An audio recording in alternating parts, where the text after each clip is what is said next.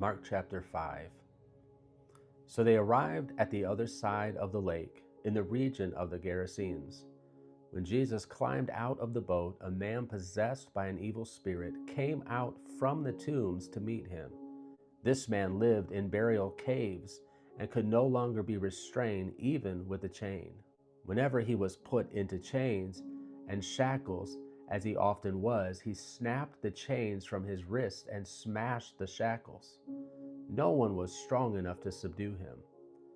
Day and night he wandered among the burial caves and in the hills, howling and cutting himself with sharp stones. When Jesus was still some distance away, the man saw him, ran to meet him, and bowed low before him. With a shriek he screamed, "Why are you interfering with me, Jesus, Son of the Most High God? In the name of God, I beg you, don't torture me." For Jesus had already said to the spirit, "Come out of the man, you evil spirit." Then Jesus demanded, "What is your name?"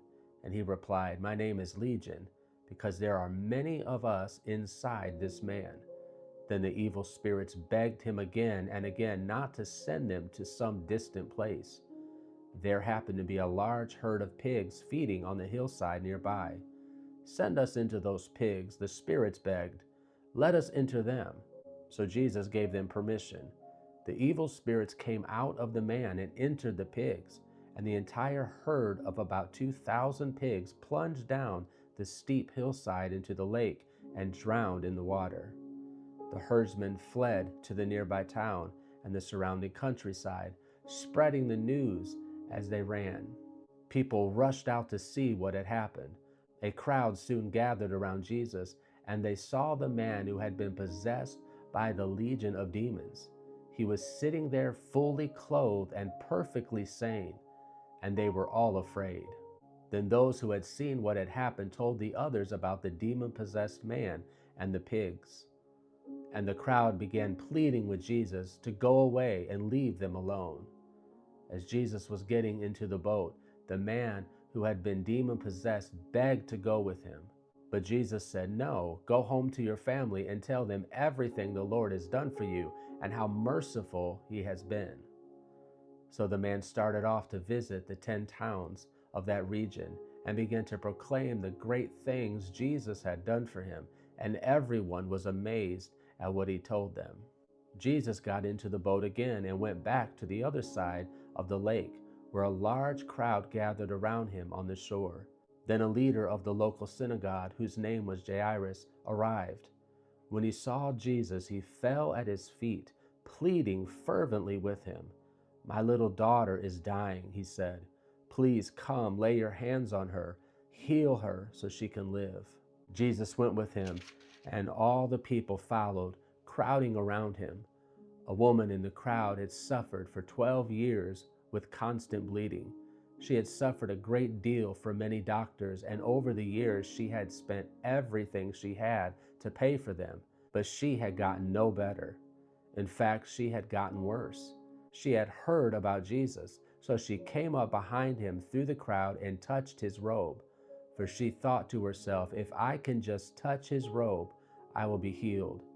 Immediately the bleeding stopped, and she could feel in her body that she had been healed of her terrible condition. Jesus realized at once that healing power had gone out from him, so he turned around in the crowd and asked, "Who touched my robe?" His disciples said to him, "Look at this crowd pressing around you. How can you ask, 'Who touched me?'" But he kept on looking around to see who had done it.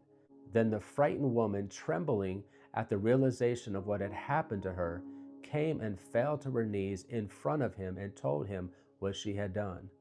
And he said to her, "Daughter, your faith has made you well. Go in peace. Your suffering is over." While he was still speaking to her, messengers arrived from the home of Jairus, the leader of the synagogue. They told him, "Your daughter is dead. There's no use troubling the teacher now." But Jesus overheard them and said to Jairus, "Don't be afraid, just have faith."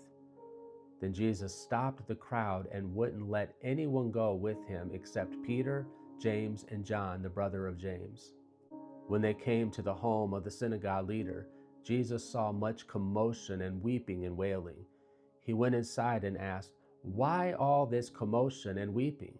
The child isn't dead. She's only asleep." The crowd laughed at him, but he made them all leave. And he took the girl's father and mother and his 3 disciples into the room where the girl was lying. Holding her hand, he said to her, "Talitha Kumin," which means, "Little girl, get up." And the girl, who was 12 years old, immediately stood up and walked around. They were overwhelmed and totally amazed. Jesus gave them strict orders not to tell anyone what had happened, and then he told them to give her something to eat.